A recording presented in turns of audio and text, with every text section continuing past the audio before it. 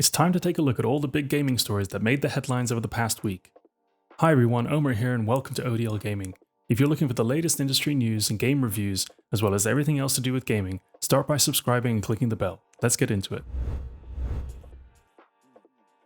It looks like the next round of the console war may be over before it's even begun. A new survey carried out by MCV in the UK asked 3,000 gamers several questions about the next generation of games consoles, and the results are positive and very surprising. Over half of those asked are planning to buy a next-gen console. This shows that a large percentage of the gaming community is looking to move to the next generation. When asked which of the next generation consoles they were excited for, 84% of those chose the PS5, while only 15% went with the Xbox Series X. This is an insane difference, given that the current generation has the PS4 at 59% and the Xbox One at 16%. This is a major issue for Microsoft and Xbox, as they are still not going to be winning over existing and potential customers, despite all their focus on the consumer-friendly Game Pass and all the backwards compatibility. And if the majority of people are more interested in Sony and Nintendo's game offerings, it's going to be hard enough to get enough people interested in the brand to make the Game Pass and the upcoming xCloud service successful. 37% of those who took part in the survey said they were looking to get one of the new consoles at launch, with 47% of the rest looking to pick one up within 6 months of launch. 343 Industries has responded this week to all the criticisms following the Halo Infinite gameplay reveal.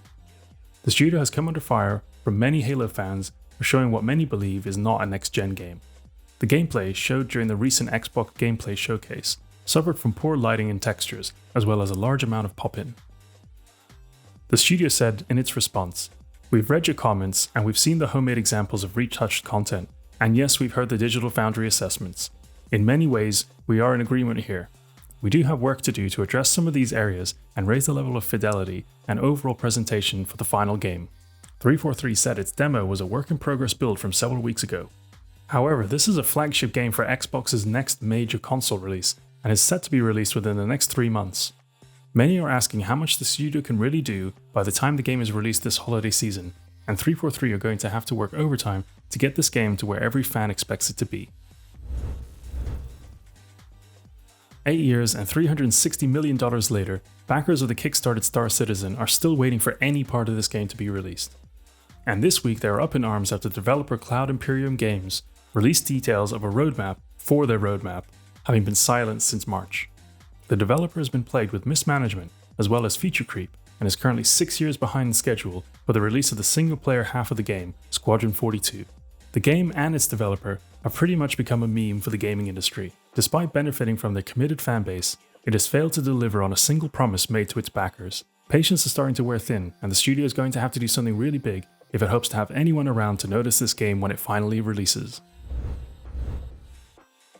We got our first real look at the up-and-coming Season 5 for Warzone with the release of a new trailer.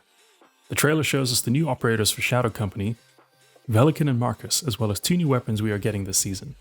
We'll be able to unlock the APC-9 9mm submachine gun, as well as the AN-94 assault rifle. The rumor mill has been working overtime with regards to all the map changes that players can expect, and even Activision has got involved by sending cryptic video clips to some of the game's top streamers.